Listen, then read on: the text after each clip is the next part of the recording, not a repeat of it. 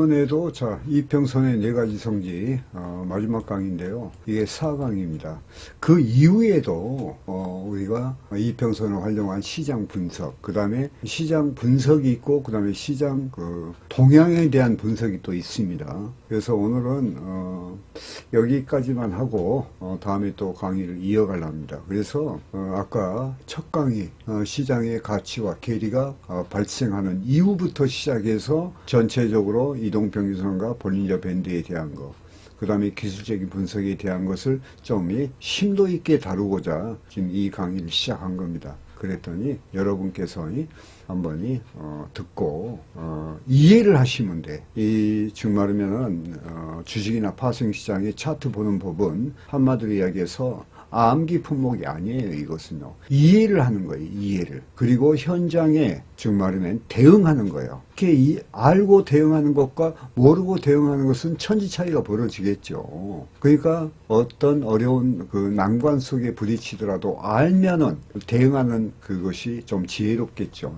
자, 운동의 법칙이라는 것이 있는데, 운동의 법칙에는 관성의 법칙과 그 다음에 가속도의 법칙과 그 다음에 작용과 반작용의 법칙 등 3개의 기본 법칙이 있죠. 여기에서는 이 3개 법칙에 그 다음에 에너지 총량 불변의 법칙이라는 것이 있는 겁니다. 그런데 이제 이것은 제가 설명을 별로 안 하려고 합니다. 주식 파생 시장에서 이들이 어떻게 나타나며 투자자들은 이를 어떻게 활용하는지에 대해서 살펴볼 것입니다. 자, 관성의 법칙이라는 것은, 관성의 법칙은 한마디로 정의하면 모든 물체는 지금 하고 있던 일을 계속하려는 힘을 갖는 것이다. 제자리에 서 있던 물체는 그대로 계속 서 있으려는 힘이 작용하며, 특정 방향으로 움직이는 물체는 그 방향으로 계속 움직이려는 힘이 작용하게 된다. 이게 관성이에요. 이러한 관성의 법칙은 주가의 움직임에도 적용된다. 오랜 기간 동안 같은 자리에서 행보하고 있는 주식이 상승 또는 하락으로 전환되기는 매우 힘든 일이다. 대세 상승 기간에 주식이 하락하고 대세 하락 기간에 주가가 오른 일은 역시 어렵다. 이는 그 자리에 서 있으려는 힘, 즉 관성이 크게 작용하기 때문인데, 이런 관성을 극복하려면 엄청나게 많은 힘이 외부적으로 들어와야 되겠죠. 힘이 필요하다. 주식시장에 관성의 법칙이 적용되는 이유를 투자자들의 형태를 통해서 살펴보자. 이동평균선이 수평의 상태를 유지하고 있다는 것은 주가의 흐름이 횡보를 계속하고 있었다는 말인데, 대부분의 투자자는 그 사실을 알고 있으며 그 믿음 또한 매우 클 것이다. 자, 이런 강한 믿음은 주가가 올라 일정 수준에 도달하면 보유하고 있던 주식을 모두 내다 팔고, 횡보 상태에서 어느 정도 일정 수준에 올라오면 팔고, 반대로 주가가 내려 일정 수준에 도달하면 다시 주식을 사려는 행동으로 나타나게 된다. 따라서 주가도 일정한 범위 안에서 움직이게 되고, 시간이 흐를수록 점점 오르거나 내리는 일 자체가 어려워진다. 예를 들면, 이건 예를 드는 거예요. 커다란 바위가 놓여 있어 다른 장소에 옮기려 한다면 처음에는 예를 써봐도 잘 움직이지 않을 것이다. 그런데 지속적으로 힘을 가하면 서서히 흔들리게 되고, 그 폭이 점차 커져 어느 순간에 도달하면 바위가 굴러가게 된다. 처음에는 그 자리에 서 있으려는 관성의 힘, 이걸 보고 이제 위치 에너지라고 해요. 이 커서 움직이지 않지만 이를 밀어내는 외부의 힘, 운동 에너지죠. 이 지속적으로 유입되면 운동 에너지는 누적되어 점차 커지게 된다. 그리고 어느 순간 에너지는 관성 에너지를 초과하는, 그러니까 위치 에너지보다 한마디로 운동 에너지가 더 커지면 운동이 되므로 서서히 바위가 흔들리게 되는 것이다. 일단 바위가 흔들리면 초기에 서 있으려는 관성의 힘은 움직이려는 관성의 힘으로 변하게 된다. 따라서 큰 바위를 굴릴 때 처음에는 매우 어렵지만 일단 움직이기 시작하면 그 다음부터 훨씬 적은 힘으로도 쉽게 굴릴 수가 있다. 이와 같이 위치 에너지 또 운동 에너지로 변하는 과정을 볼 때 주가 역시 오랜 행보 후에 상승시키려는 힘이 작용돼도 처음에는 움직이기가 어렵다. 일정 수준을 넘지 못한다는 판단 때문에 주가가 올라 그 가격대에 도달하면 많은 사람들이 주식을 팔고자 나서기 때문이다. 그런데 이런 지약에도 누군가는 주가가 오를 것이라 믿고 지속적으로 주식을 사들이면 어느 순간 그 한계, 즉 박스권 상단이죠. 횡보했으니까 박스권이죠. 상단을 돌파하고 새로운 움직임이 나타나기 시작한다. 이런 상황이 되면 조금 전까지 그 가격대에서 주식을 매도하려던 사람들이 매도한 것을 후회하고 미처 팔지 못한 주식은 다시 걷어들이며 행보가 지겨워 매수를 유보하던 사람들 역시 새롭게 매수에 동참하면서 주가는 탄력을 받고 오르는 모습을 보이게 된다. 이렇게 여러분들이 읽어봐도 좀 이해가 되겠죠? 특별한 설명은 필요 없습니다. 이게요. 이 과정이 바로 제자리에 있으려는 관성이 움직이는 관성으로 바뀌어가는 모습을 설명한 것이다. 자, 두 번째, 주가의 관성과 변화 과정. 그러니까 제가 예전에 강의한 내용의 시장 변화론에서 제가 이걸 다 설명했어요. 그리고 시장 구분론. 이게 상당히 중요한 겁니다. 그 다음에 트랩 이런 거. 이제부터는 주가가 오랜 기간 동안 상승 또는 하락하는 상황에서의 관성과 변화 과정에 대해 살펴볼 것이다. 주가가 오랜 기간 한쪽 방향으로 움직이는 상황이 이어지면 관성이 작용해 계속 그 방향으로 나가려는 힘이 작용한다. 자, 예를 들면 자동차가 주행하다가 급히 브레이크를 걸면 스키드마크를 그리며 한참 미끄러진 다음에야 정지하는 경우를 생각하면 이해하기 쉬울 것이다. 주식시장도 이와 마찬가지여서 상당한 강도로 오랜 기간 동안 일정한 방향으로 질주하면 엄청난 운동 에너지를 갖게 되고, 이러한 운동 에너지는 외부에서 오는 작은 저항을 물리치며 돌진하는 힘으로 나타난다. 이렇게 움직임의 관성이 강하게 형성되는 것은 모든 에너지가 운동 에너지로 변한 상태에서 가속도가 붙기 때문이다. 가속도. 가속도의 법칙이라는 것이 있죠. 관성을 제거하려면 그에 상응한 엄청난 에너지가 반대 방향으로 부딪혀야만 된다. 만약 강력한 에너지가 정면으로 충돌하면 말 그대로 엄청난 규모의 폭발이 발생하고 막대한 운동 에너지는 다른 형태의 에너지로 변하면서 사라진다. 이렇게 되면요, 사실 시장이 붕괴되죠. 붕괴. 주식시장에서 물리적인 세계와 달리 에너지 종류가 다양하지 않고, 에너지 종류가 다양하지 않고 오로지 운동 에너지와 위치 에너지만 존재한다. 막대한 운동 에너지를 보세요. 위치 에너지로 바꾸는 것은 한 번에 되지 않는다. 한 번의 운동 에너지를 모두 제거하기 위해서는 강력한 충돌이 필요하고, 이런 강력한 역한 충돌은 예상하기 어려운, 즉 시장의 붕괴와 같은 아주 심각한 상황을 초래한다. 그러니까 이제 보통 보면이 가끔 주식시장에서 그게 뭐 서킷인가? 그거 발생하는 경우가 있죠.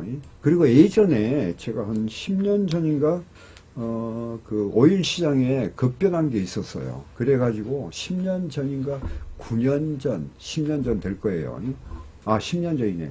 주가가요, 지금 오늘 현재 91.27달러죠. 근데 그 10년 전에 여러분들이 경험했는가 모르겠지만 마이너스 40달러까지 간 적이 있습니다.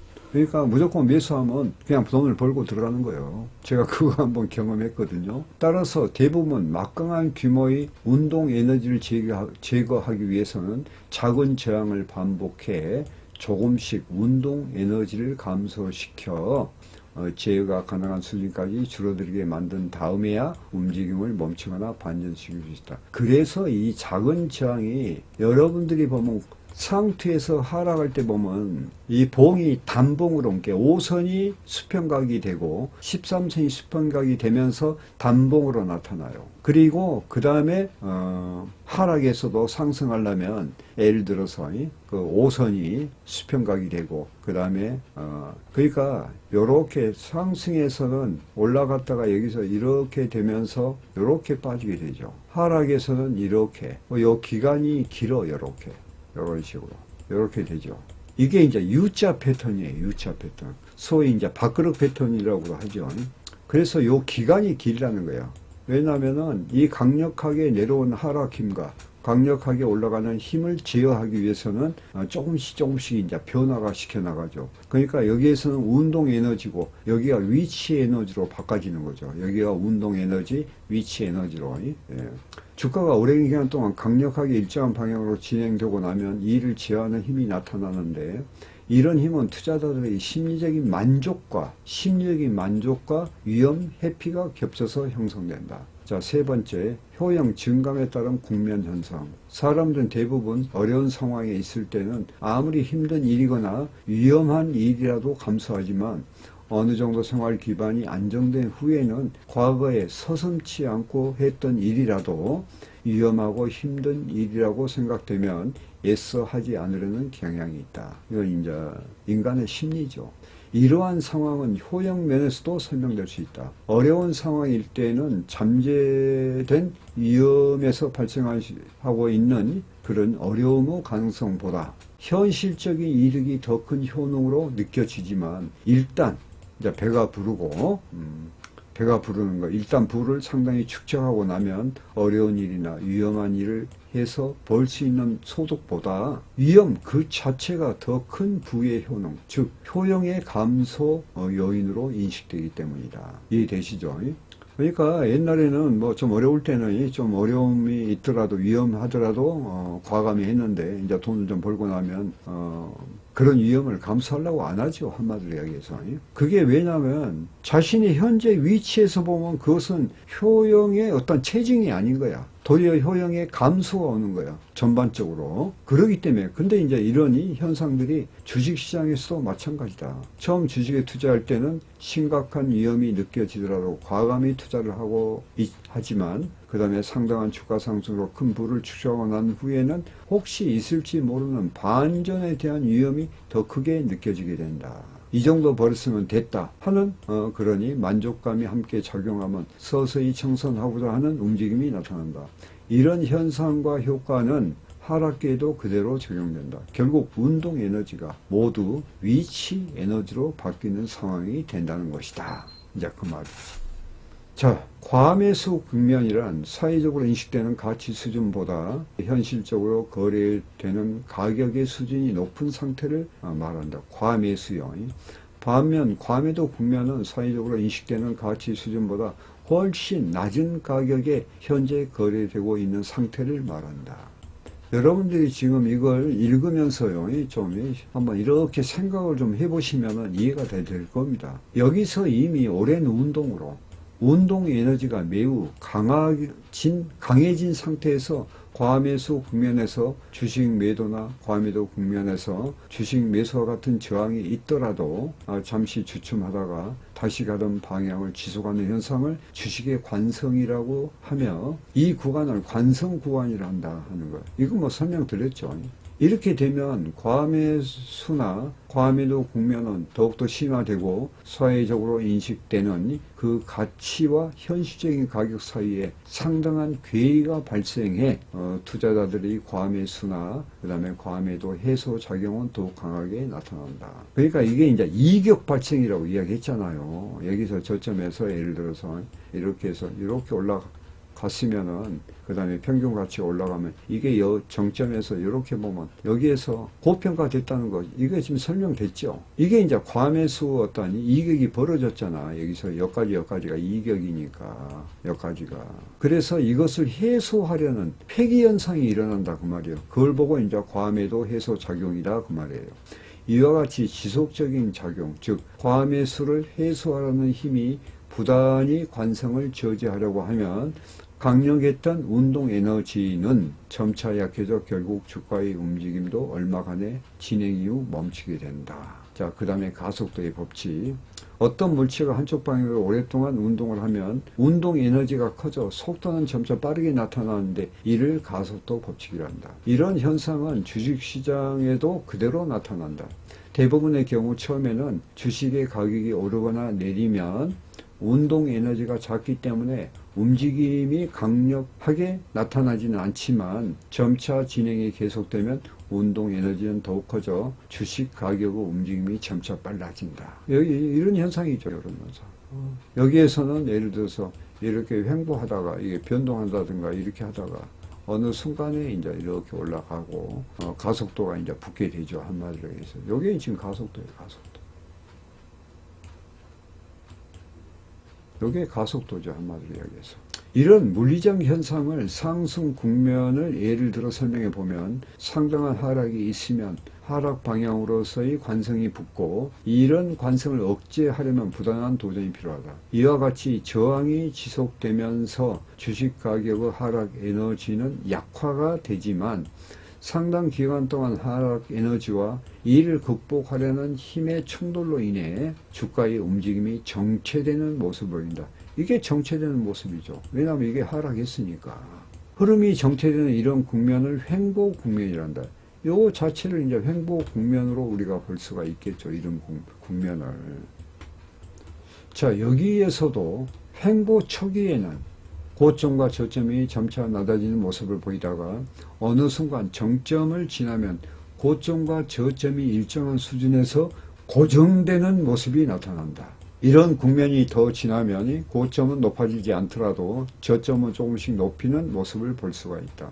그 이유는 초기 국면에서 하락 에너지가 강하기 때문인데 저항력과 그 다음에 하락 에너지가 같아지기 시작하면 일정한 수준에서 고점과 저점이 고정되는 현상이 나타난다. 고점과 저점이 고정되는 현상, 이게 이제 박스장, 극심한 소행보장, 이게 이제 박스장이죠. 이 상태가 오랫동안 지속되면 운동 에너지는 점차 사라지고 위치 에너지, 즉 그 자리에 서 있으려는 힘이 더욱 커진다. 따라서 주가는 움직이는 폭도 점차 작아져 결국에는 거의 움직이지 없는 소강 상태가 된다. 또 주가를 상승시키려는 힘이 지속적으로 작용하면 서서히 주가가 움직이는 폭도 커지고 접전도 조금씩 높아지는 상황, 즉 위치 에너지가 서서히 운동 에너지로 변해가는 과정이다.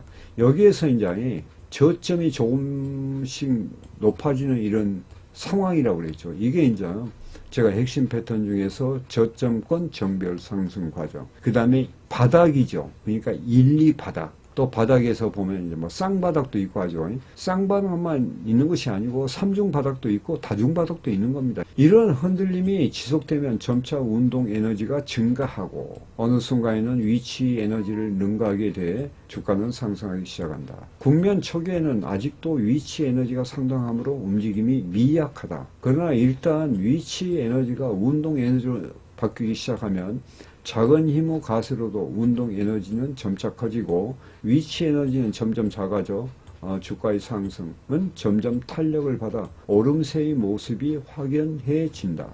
이렇게 되면 시장의 에너지는 더욱더 빠르게 운동 에너지로 변해 상승 속도가 더욱더 빨라지고 추가 주가의 상승 흐름은 점점 가속도가 붙게 된다.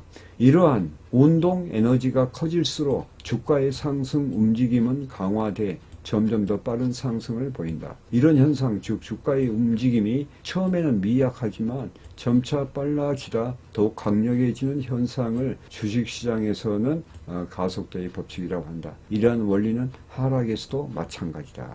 그러니까 지금 가속도의 법칙을 이야기하고 있는 겁니다. 이제 이런 그 가속도의 법칙을 우리가 심리적인 측면으로 설명할 수 있는데 여러 예가 있기 때문에 제가 그건 상냥히 했습니다. 심리적인 측면에서 설명되나 생각하기로 한다. 그 다음에 이제 작용과 반작용의 법칙이 있어. 물리학에서의 작용과 반작용의 법칙은 외부에서 어떤 힘이 가해지만 반발하려는 힘이 작용하는데 이 반발력은 외부에서 가해오는 힘의 크기에 비례한다고 정의한다.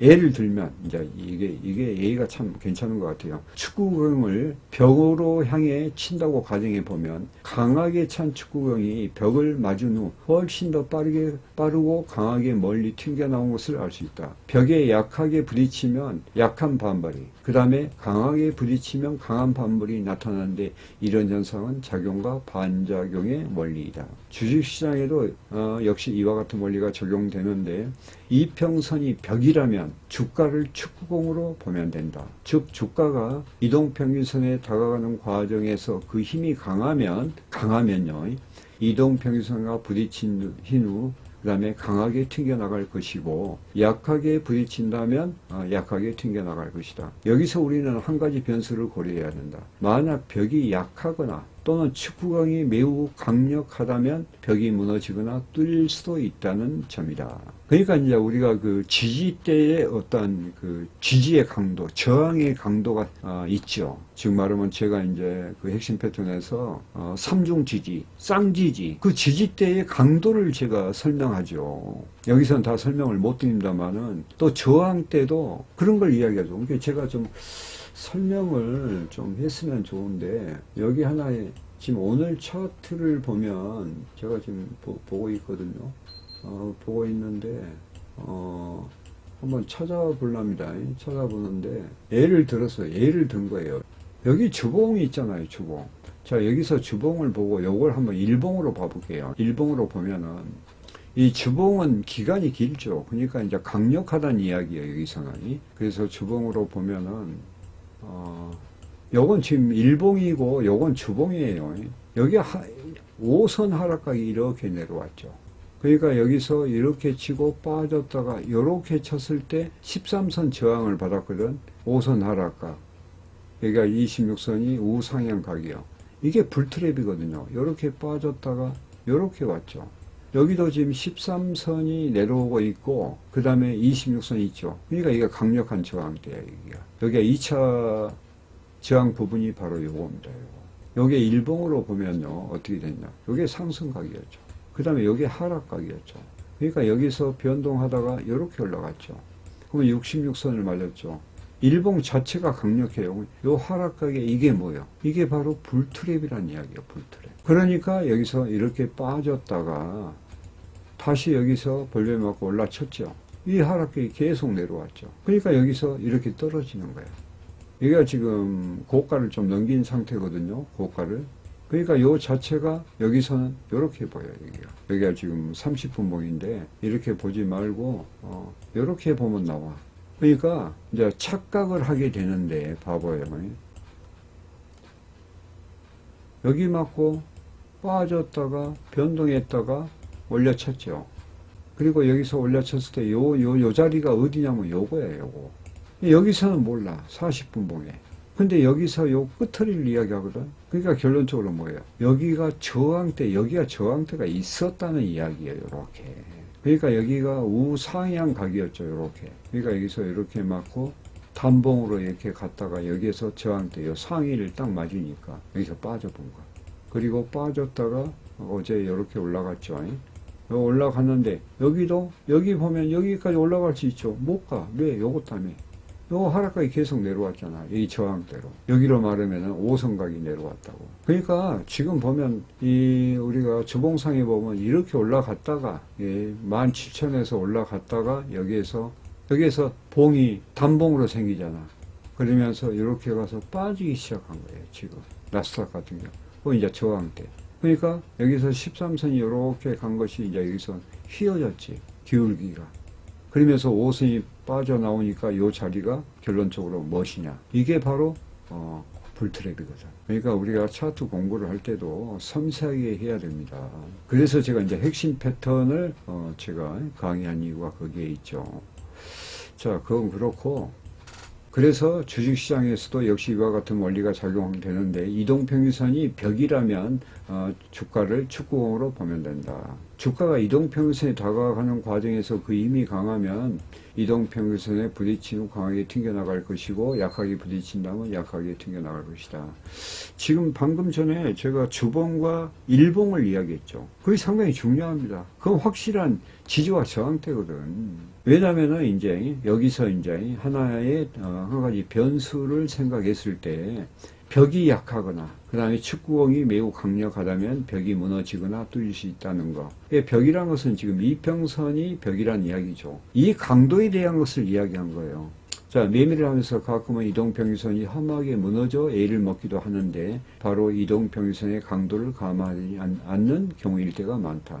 작용과 반작용의 법칙은 벽이 강해 뚫리거나 무너지지 않는 한도 내에서 성립하는 원리다. 그 말이에요. 이게 중요하죠. 그러니까 우리가 차트 트레이더가 돼야 되겠죠. 그러면 지지와 저항의 강도를 시간 스케일 속에서 곧 상하이 차트 속에서 핵심 패턴에 의한 지지와 저항이 나와. 거기에서 뭐 3중 지지, 다중 지지, 3중 저항, 불트랩, 베어트랩, 1, 2 바닥 그런 어떤 현상들이 나오는 것을 저희들은 그 시장 참여자의 군중 심리 곧 그게 핵심 패턴이라는 이야기예요.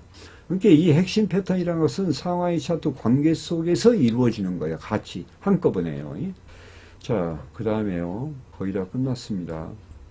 이동평균선을 활용할 때 이런 작용과 반작용의 법칙을 감안해 만약 주가가 이동평균선을 향해 천천히 다가온다면 투자자들은 서두를 필요 없이 이동평균선의 지지를 확인하고 매매하더라도 그 반발이 천천히 약하게 나타나므로 별 문제가 없을 것이다. 그러나 주가가 강력한 힘으로 이동평균선으로 다가온다면 이동평균선이 뚫리지 않는 한 반발 역시 강력하고 빠르게 진행될 것이므로 미리 서두르지 않으면 투자 시기를 놓치게 된다.